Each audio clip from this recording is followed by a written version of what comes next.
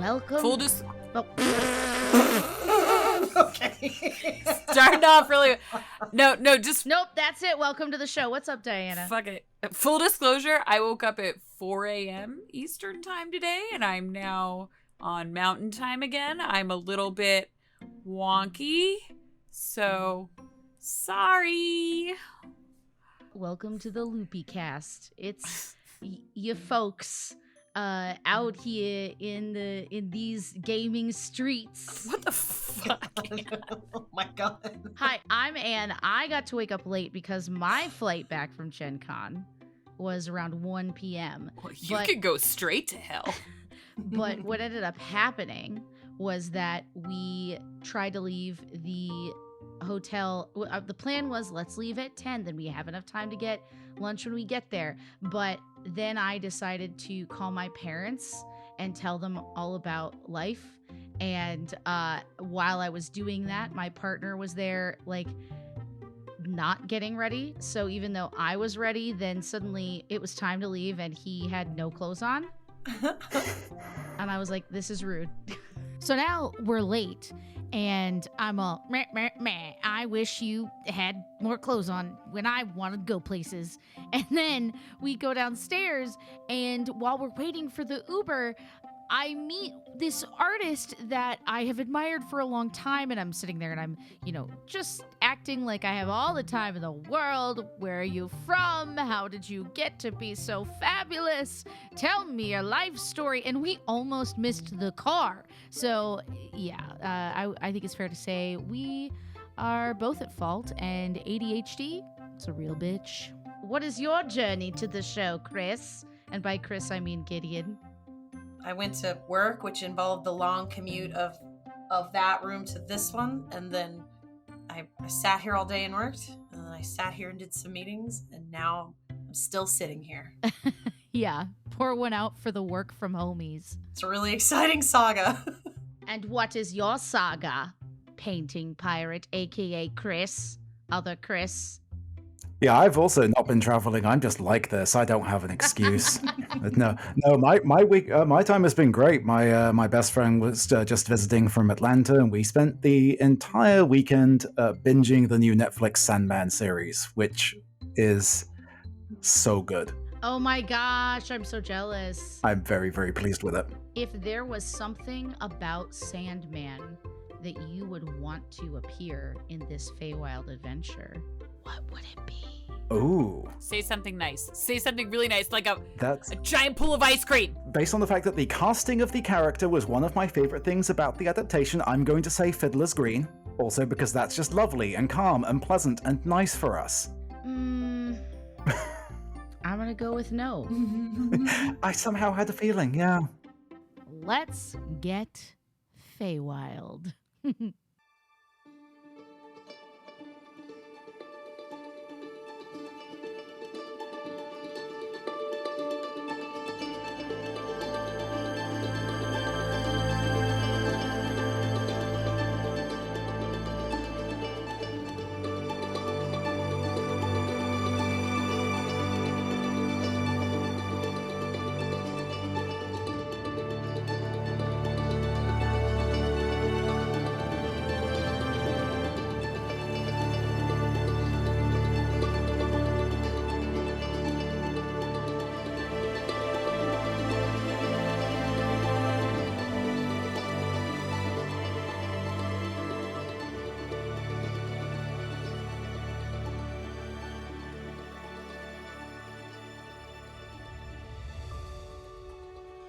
You were cornered in this wood and harried by living shadows that poured from the cracks of the earth as a great mist raked itself over the land and drew you into a clearing where a local camp of adventurers were under attack by these shades and a skeletal alchemist. Through sheer force of will and a little bit of magic, you managed to win. You did it. You saved the day. Episode 2 style. And when that battle was put to rest, these graying mists began to withdraw.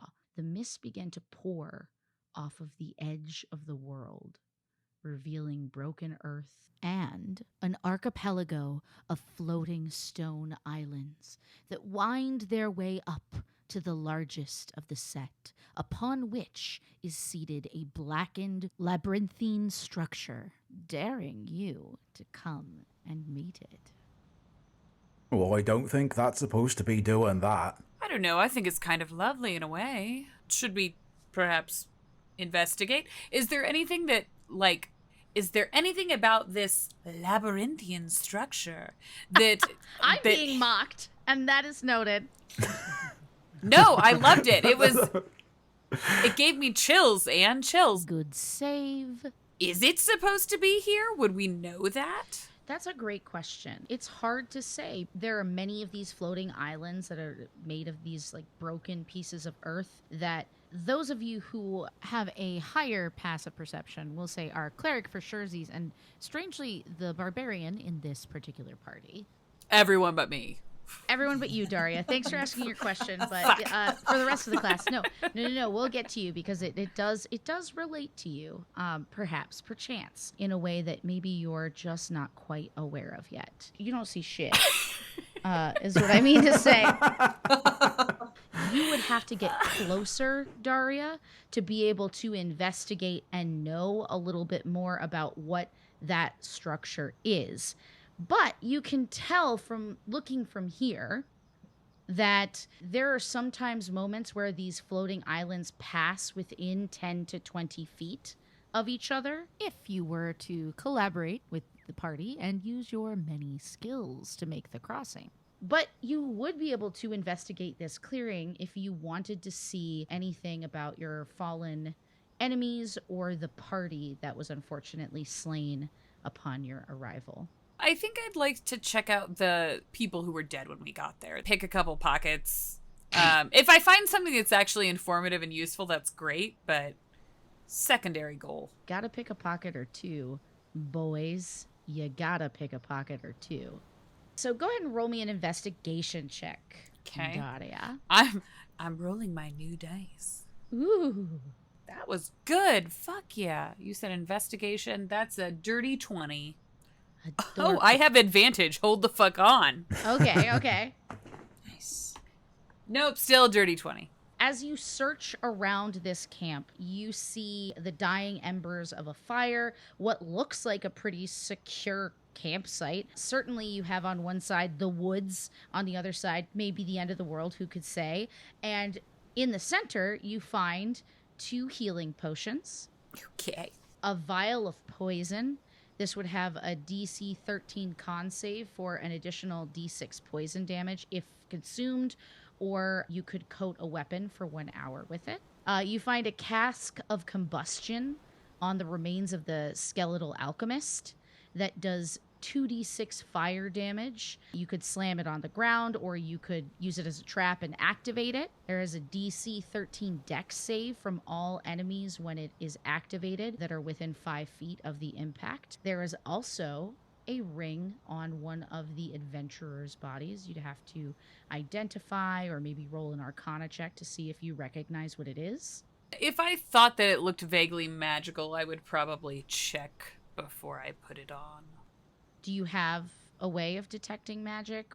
I would like to use Arcana. That's a thing that I know of. Roll me some arcane knowledge, baby. Fuck yeah. That's a 22. You absolutely recognize this type of ring because one of the hags from the Court of Hunger has one of these. It is a ring of spell storing. You don't know if it currently has any spells in it, but it can hold spells that are cast into it. But that would be something you could find out from attuning to it for an hour. Yeah, I put that bad boy on, and I don't talk about anything that I just took. Super kind of you. I make it kind of look like I'm trying to, resuscitate them way after the fact. Like I'm checking for signs of life. So that I'm not obviously looting the bodies. So go ahead and roll a stealth, and anyone who is sort of paying attention can roll a percepzione. I might rely on my passive perception because I think I'm also watching what's happening, but also very curious about this end of the world phenomenon. So, Well, that's a 10, which is not great. my passive perception is 16. You are looking at one of the most gorgeous views of your entire life. There's the floating islands, the distant fortress, the eternal twilight. And it's so curious how this ground fog is rolling through the clearing and over the cliffside. You turn to look back and try to suss out the source of where this is coming from or if it's going to end anytime soon. And a section of mist sort of wafts away from where Daria is crouched over this body like Gollum, and your eyes meet awkwardly as she slowly puts the ring on her finger. Whatever. You can knock yourself out. As I'm trying to understand what we are looking at, have I ever heard of a place like this? Are there any stories that might have floated our way about a building like this or something? If you wanted to roll, let's say, a history check, I think now would be a great time for that. Why do I ask questions then my stats are not? That's a 4. Oh no. A 5 minus 1. Man, the Feywild gets wilder every day and bigger than your mind can even really conceive of. I am too gorgeous to think that hard, so I will just kind of shrug, whatever, and go back over and just see kind of what the other two are thinking. I love the idea that there's just a thought bubble above Endo's head that says, shit's weird, IDK. I bet I look really pretty right now. So whilst all of this is going on, Brock, who is not paying any attention to what Daria is doing because she's a member of the party, why would she be doing anything untrustworthy, he's found the blighted trail that we followed to get here and is trying to determine, does it end in this clearing or does it continue on? Is there a particular path through these floating islands? Does it seem to indicate that the path was blighted first and then the island started floating? Why don't you roll a survival check for me? That is going to be a 10. There is a clear connection between this desecrated path of broken earth and mushrooms belching out fog that falls off the edge of the world, for sure. But did the islands break off recently? You just can't be certain. However, the words of the Archdruid return to you, and when you were studying with him, he taught you that these courts, these places of power here, are connected by magical ley lines, that the courts tether those ley lines in place and allow magic to flow like blood through veins underneath the earth. As you squint across these floating islands, you know, it's just difficult to make out at this distance. At times you think you make out like dark cracks across the earth, but those could just be shadowed pieces of stone. So it's just too far away. You're going to have to get closer to prove your theory. Dungeon Master. That's me. Can I tell anything about this party that's been murdered? Are they like royal guard? Are they just like a traveling circus? Who are these dead folks I'm robbing? We'll go ahead and use your investigation check because that was pretty high already. These don't appear to be Fey folk. These definitely appear to be your commonly misled folks of the mortal realm of Faerun who have been drawn into this strange land. You see a lot of unfamiliar regalia and symbols. There are a couple humans, one half elf, and a drow. So the question is, do you intend to see if perhaps you can corroborate some of Brock's ideas about the connection between the path of desecration and these floating islands? Or would you like to take a little bit of a rest first? This was plenty far from me today. Do you all mind if we just rest for a moment, maybe cook a meal, get to know each other better. No, that sounds like a quite sensible course of action to me. I've never slept just on the ground, so is there perhaps... can you roll them over? I'll take all the packs and stack them up. Well, darling, you're welcome to use them, but you can also use my shoulder as a pillow should you need something a little warmer, more comfortable. But sure, use the corpse. Oh, no, I meant the things that they're sleeping packs. I don't... Oh, I suppose that does make a bit more sense. I suppose I'll rough it. It's fine. And I'll start dragging whatever sleeping packs they had. And I'm going to stack them up as high as I can get them. Make myself a little air mattress. Also, I'm not much of a cook. So I don't know if either of you have that skill. I don't want to, make any assumptions. Brock, darling, couldn't you whip something up? It will be functional and a bit boring, I'm afraid, but...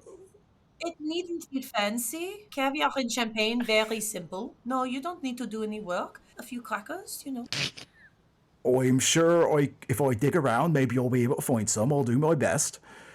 Here, I tell you what, why don't you two get yourselves nice and comfortable, and I'll do a little bit of foraging, see what I can come up with, and I'll also do a bit of a look around and make sure there's nothing else that's nasty and unpleasant that's going to come jump out at you.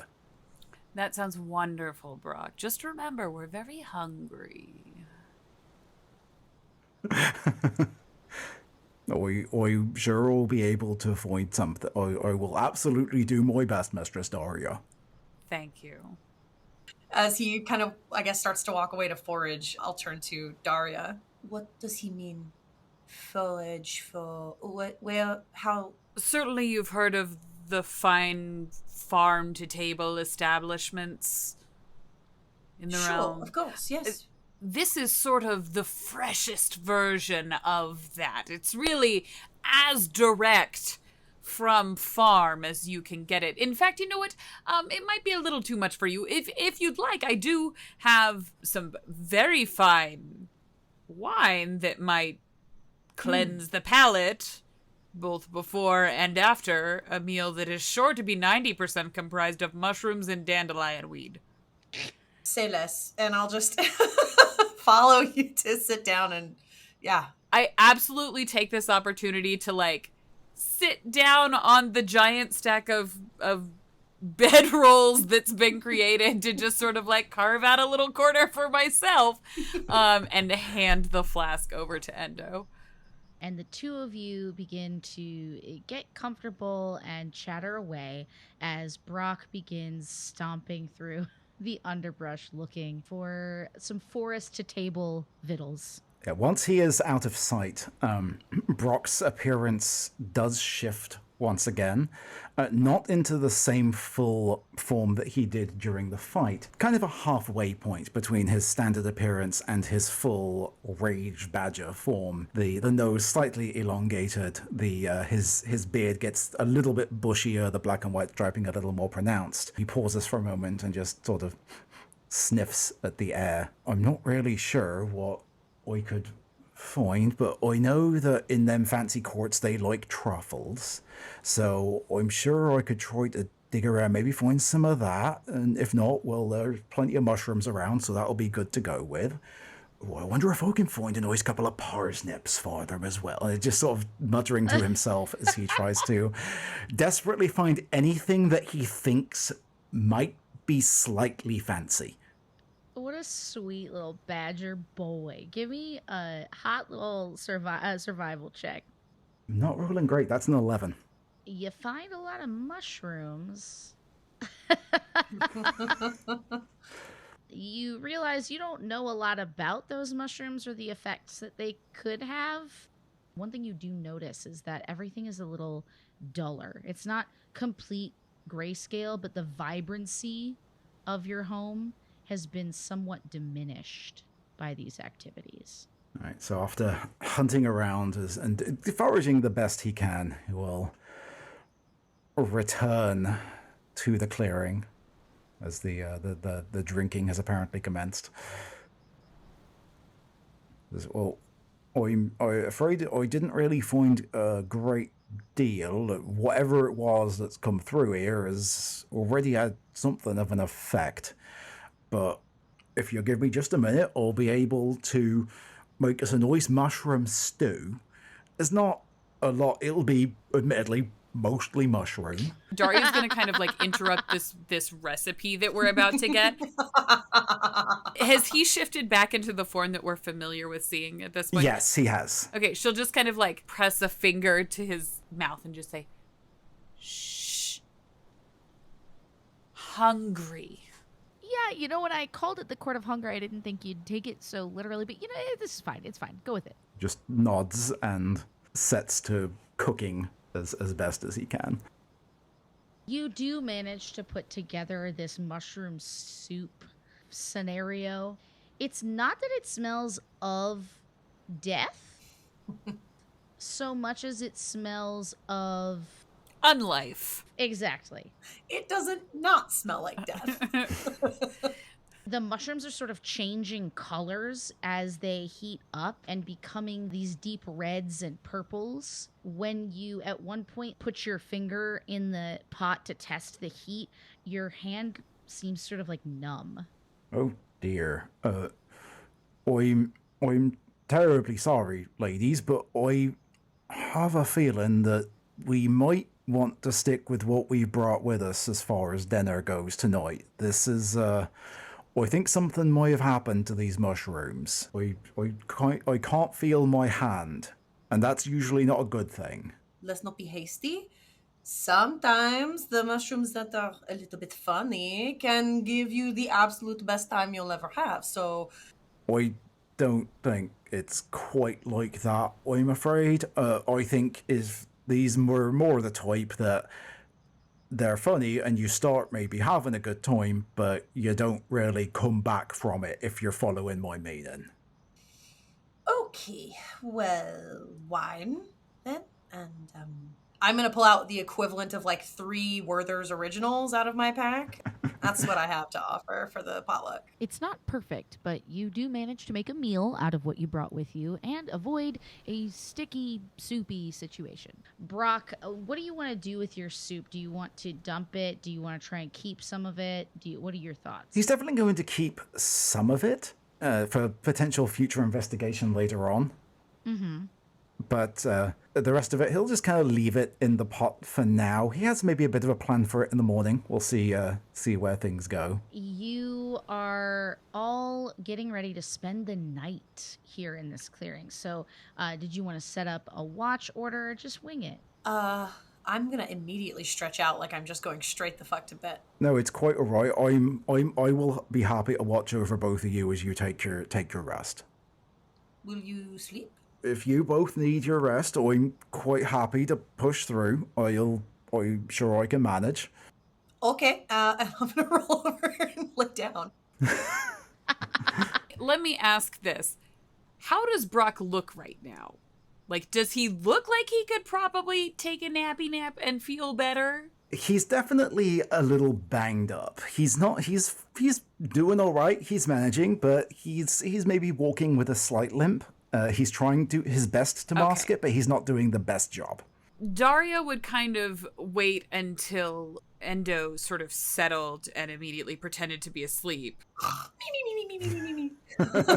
Yeah, exactly. And Daria would kind of like lean forward and sort of steeple her fingers in front of her while reading Brock and just say, you're a very good boy, but I'm not a big fan of martyrs. I think you need rest just as much as the rest of us. She's right. Aren't you asleep? I sleep. I talk in my sleep all the time. Brock, darling, why don't you lay down? I'll take the first watch and wake you in a few hours. Or if that's what you think is best, Mistress Daria, I will be happy to defer to your judgment. I insist, my dear. He will take off his thick leather gardener's coat, just kind of roll it into a ball and use that as a pillow and just curl up into a little ball. How big is this Princess in the Pea mattress that you've put together, Endo? Width-wise, it's probably like a full Okay. So probably not enough room for Brock, knowing that he is larger than the rest of us. I mean, he can borrow a corner if he wants to. He can curl up at the foot of the bed like Michael Scott. Basically, yeah. I will absolutely try and just, like, gently shepherd him to do that then, instead of curling up on the ground with his coat like he's actually a dog. Unless... But what if... Party puppy. Okay, I'm sorry. It's terrible. As a note, I don't sleep. That's right. As an Eladrin, you only need to meditate for 4 hours to attain a long rest. Before getting back up and being fresh as a daisy. You might not sleep the way your companions do, but in your rest, your meditation, you do dream. Or perhaps a better word for this is you remember. Let's return to the day you received the vision that led you out on this fateful quest.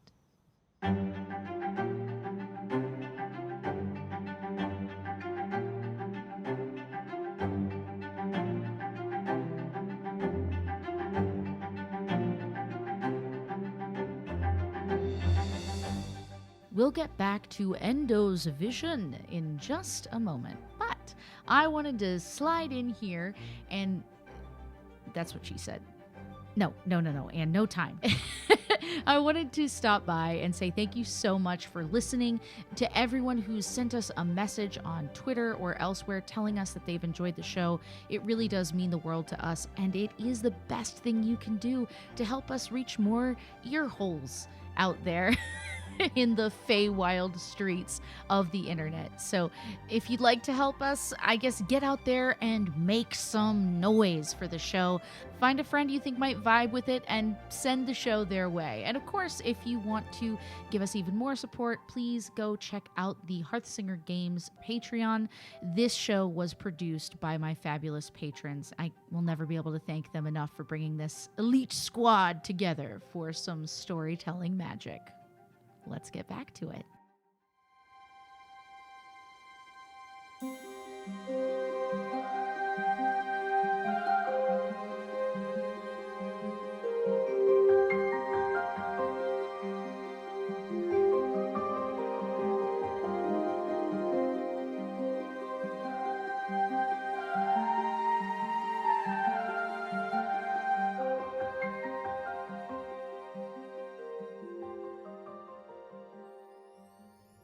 Songs of the birds of the amethyst wood take flight and call you to a memory of home. As an Eladrin, sometimes memories find you from other folk of your bloodline, but tonight, this memory is yours. The Court of Gloaming, or the Traveler's Court, as it is sometimes called, is rife with frolicsome satyrs who party eternally until the break of some dawn that never comes, and the sounds of their reveille chorus through the woods of their hedonist Eladrin fellows.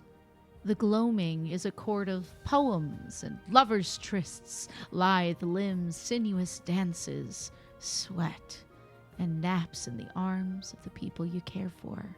Not to mention, the food is friggin' fantastic.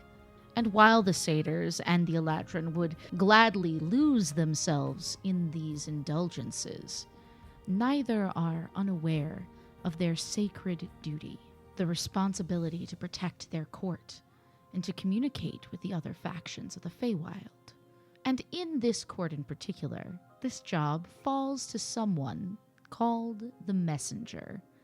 And Endo, it has long fallen to members of your family to carry out this difficult task. And as the younger child, this task should never have fallen to you. But your brother, the current messenger, has been missing. No letters, no reports of sighting him anywhere throughout the Feywild. No one has been able to find him, and it is feared that he is lost and another must be called to take his place. So it is here, in the Gazer's Rift, that your high priestess of Veranestra sits upon the mirrored throne, waiting for your family to arrive. And when you do, you are surprised to find that elders from the other houses of the Gloaming have already gathered. The wizened, ancient, white-haired priestess leans forward from the throne and appraises you, Satisfied, she nods. I am sorry, darling, but the time has come for you to leave us, Messenger Endo. I have everything that I need here. Why would I need to go anywhere? Nivain will be back. I don't. We are assuming the worst, but he will. So he'll be back. I don't think we don't need to fill his job yet. It's like saying that he's. An autumn-colored Eladrin raps his cane against a tree trunk with a thwack. The boy is likely dead. It is time we accept it and move on. A large, reassuring hand, warm to the touch, rests on your bare shoulder. Ease up, Lord Ilvan. We have no proof of this. And, Lord Lunatra, we have no proof to the contrary. Either way, we cannot remain without a messenger, someone to carry our will forth to the other courts, to explore, to warn us of danger. For danger I have seen in Verenestra's glass. A gasp goes up from the crowd of lords. A young female guard cannot help herself and steps forward. What have you seen, my lady? Tell us. Tell us. Tell us. Tell us, my lady. What have you seen? The crowd has grown anxious, and the priestess puts up a hand. I have seen a starless night. I have seen a great monster of ash rise to burn the wood. I have seen the astral sea fall into hell and dry up. I have seen the final revel. The final revel? No, it cannot be. You hear voices twittering all about you like gossiping squirrels. What do you do? There's a moment of hesitation. Is a gut instinct. I glance over my shoulder for my father Tassar's approval. Well, why don't you roll an insight check? Ooh. I was going to say I better roll good against my own freaking dad. That's a 23. Lord Tassar Lunetra is a stoic man, but the thought of giving up yet another one of his children to an unknown fate to serve the realm is almost too much for him. Matron, I beg you, please, if mon petit-fille is to be called, she herself is an acolyte of the Holy Reflection. Let her hear Verenestra's warning for herself. This is not a common request, but given the circumstances, the matron does rise and extend a hand to you. Do you take it? I will turn back to her and take her hand very gingerly and walk up beside her. With the gentle wave of a hand and a thought from the matron, the backrest of this throne begins to rumble out of its setting. The rest of the throne made of moss, grown for ages over amethyst clusters and scattered leaves and cascades of flower petals, releases the sacred artifact. And as you step up to this mirror, the filigree is absolutely beautiful, and you can see tiny flowers almost living in the metal. Your eyes naturally seek your own reflection, and once you've found it, it becomes your way in. You steel yourself and grant access to this vision. The wood in the reflection begins to change. The lush plums and light purples and pinks of twilight that paint your home begin to fade and desaturate. Instinctively, you turn over your shoulder and you find none of the lords, nor the matron left. You are now inside this mirror vision. The entire time that this transition is happening, I've been just sort of muttering under my breath. A prayer is too strong of a word, but more of this communion that we do with our goddess as we are experiencing strong emotions. It's something that we inherently open up and share. So I think I am sort of having this communication. I'm not hearing anything in response, but issuing this forth. And in my mind's eye, I am like manifesting my brother behind me and with me, and I will start walking towards the forest. Bolstered by these fond memories of your brother and the love of your family, you instinctively reach out to heal the world around you, to return dusk to the amethyst wood.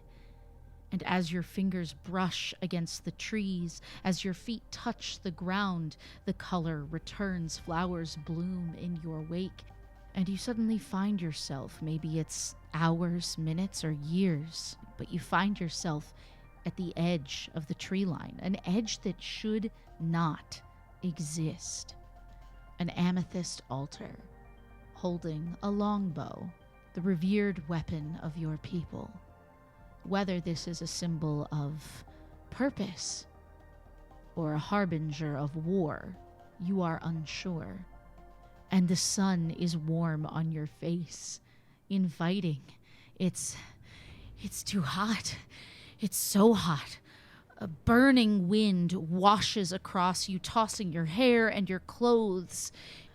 You throw up your hand as a spray of dust cascades across you, and when you can once again look up, you see a wall of flame, as wide as the world and as tall as the sky, consuming the land.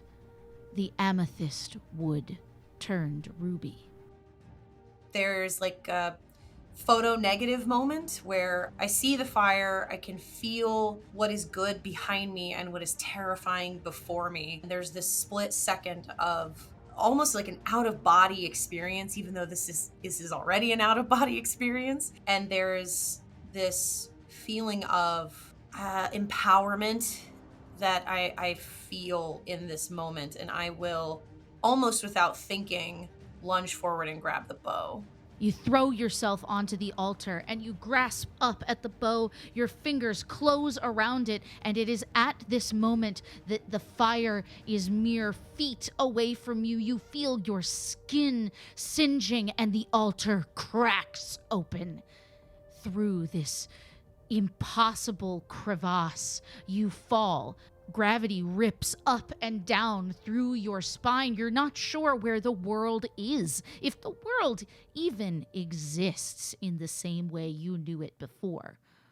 All you are sure of is that the world is being torn apart. That's when you crash into the water, swimming, clawing for the surface. You reach it. The water laps at you, tossing you lazily. The sky is painted with endless stars, and the water reflects them. It's as if infinity is pressing in on your existence from every direction. It's overwhelming. You want to call out to Veronestra. You want to call out to your father. You want to call out to your brother. You're not so sure you feel them with you anymore. And the stars, one by one, begin blinking out. As you try to tread water, you try to keep to the surface. The final revel and a starless sky. Now you've seen it. As the strength leaves you and you slip beneath the surface, you find yourself back in the clearing with Brock and Daria. Holy shit. Okay. All right. Are you all right, dear? What? Yes? I mean, you said that you talk in your sleep a little bit sometimes. It didn't seem like that was a very good dream. Either that or it was a very, very good dream, but...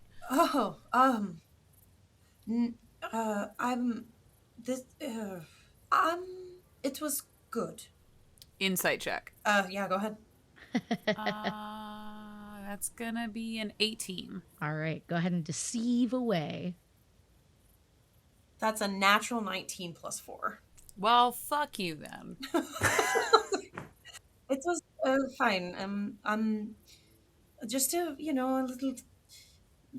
little. I sleep best on caviar, so yeah, a little tummy problem. Welcome. No, nothing to worry about. Did she say anything in her sleep? That's up to you. You would probably hear me muttering Nivane, and you might have heard a little bit of like stream of consciousness that didn't sound like anything. It sounded like I was talking to like a train of thought, I guess, like talking yourself into or out of something. Yeah, like snippets of if somebody was reading their diary out loud. So you get Okay. like little broken sentences of like something that's, I'm obviously speaking about something intimate and internal, but it doesn't make a lot of sense. Well, are you going to keep watch now? Oh, yes, I don't mind. I have a whole, my skincare routine takes like 2 hours, so I'll do that while you sleep. Great. Daria immediately sort of like takes up the space that Endo had been using and like makes it a point to sort of get next to Brock so that she can stay nice and toasty. As he wakes up for his watch, he will wake with just wide-eyed panic. She's probably like tossed like a calf or like an arm over you. She's not used to sleeping alone, so she's like all up on you. During his sleep, Brock has also kind of rolled over and has just one arm just draped over her at this point, and just wide-eyed, just sort of darting around like, oh no. Oh my gosh. And will just very carefully unentangle himself.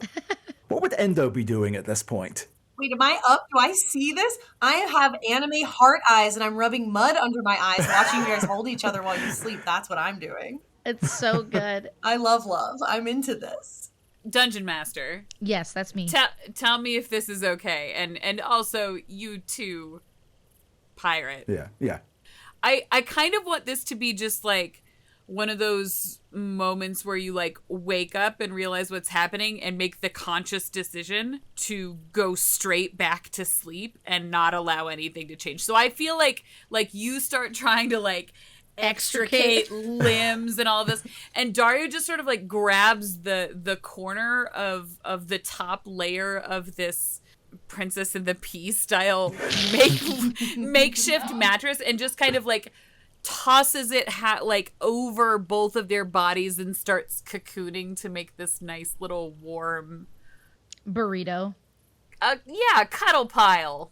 Brock half shifts out of sheer panic. I love the idea that it's just like poof, and he just explodes with fur. Exactly like that. Oh. After a moment, just reverts back, but just the sheer panic transformation. Just tiny little eyes back and forth, like ping-ponging. He's just pretending she cannot see this. I love that she's wide awake, too. You're like, I wake up for my shift, but it didn't need to happen at all. And she's just like, go on. I'm like, no, please, don't let me stop you. There is like the silky, shadowy giggle you would hear, but she won't press it. Okay, so now that we've finished our cuddle role play, do you want the benefits of a long rest, or is the adventure over? Yes. Yeah. The important stuff is done. We can move on to the... That's the Patreon bonus content. Let's be honest here. Hey, we're laying the foundation here. We're laying the foundation. Yeah, you go. Does the path on these floating, like, pieces of earth seem any less treacherous, any more clear? You have been able to see them and stare at them for long enough that, the loading screen here has repeated itself. And you can see that it looks like they all would fit together like a puzzle piece, but whatever has occurred here has broken them apart.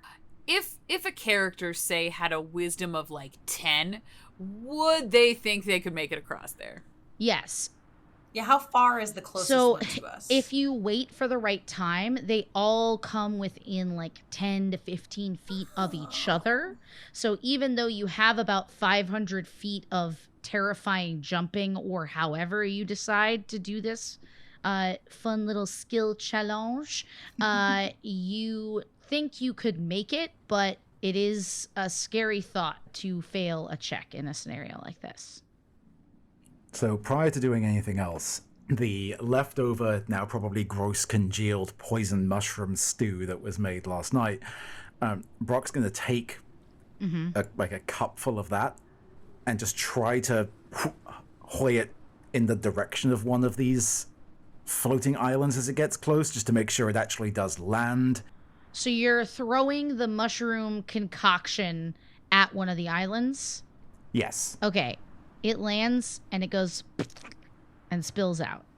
It's a broken soup bowl of mushroom. Well, or at least they're stable and don't appear to be, they're not going to go anywhere, so that's something, I suppose. Well, it seems like there's one choice that's fairly obvious here, and Daria will reach into her tailcoat and pull out another flask. This one is a different color, so you can tell it's a completely different one. It just there's a lot of pockets in this jacket. And she'll take a really long drag of it. And then she just goes, "I'll go first." Here, allow me, and Brock will move kind of face back towards the island and kneel down, fingers kind of interlocked, to offer a boost. Do you feel like this is an acrobatics roll or an athletics roll? You know, I want to say acrobatics because I feel like Daria is going to try and do it in the coolest looking way possible. She's going to parkour across these... Yeah, I feel like that's on brand. Parkour. Right? Roll for parkour. Oh, boy. A classic D&D skill from WotC. Parkour. Parkour. That is 15. You land. And everything keeps moving. You all watch as Daria's island continues to sort of glide by, and you're like, okay, we better get on this one. It's definitely jumping puzzle o'clock. When it keeps moving and like seems to almost pick up inertia a little bit, you just see Daria, who's usually very collected, her eyes just get like really fucking wide. So who's next? After you, Mistress Endo. Here, I'll give you a boost as well. And I'm so sorry. I should have said that you could roll with advantage because of the boost, but you made it. So, Endo, now you also get advantage on your jump. Are you doing a straight up jumpy do, or are you going to try and flippy parkour it as well? Yeah, I will just kind of brace a hand on Brock and use his interlocked palms to push myself and I'm just going to try to jump like a Sailor Moon magical girl. Very beautiful. Love it. Athletics it up for me. Athletics or acrobatics? Which would you prefer? I'm going to say acrobatics because my athletics is abysmal. And you can roll with advantage. Oh, thank God. That was worse. That's an 8. So, this is perfect. For me. No. I'm glad we got to know a little bit more about Endo, because she is falling into the deep abyss at this point. So, Endo, you think this is going pretty well. You push off of Brock's outstretched hands. You begin twirling in the air. You even think there's a rainbow extending backwards from you as you leap gracefully towards the waiting island. And as Daria's arms are outstretched to help you land safely, you realize the distance isn't exactly what you hoped it would be. Daria's eyes are huge saucers as she watches your hands just miss, fingertips brushing against each other as you fall into the waiting clouds below.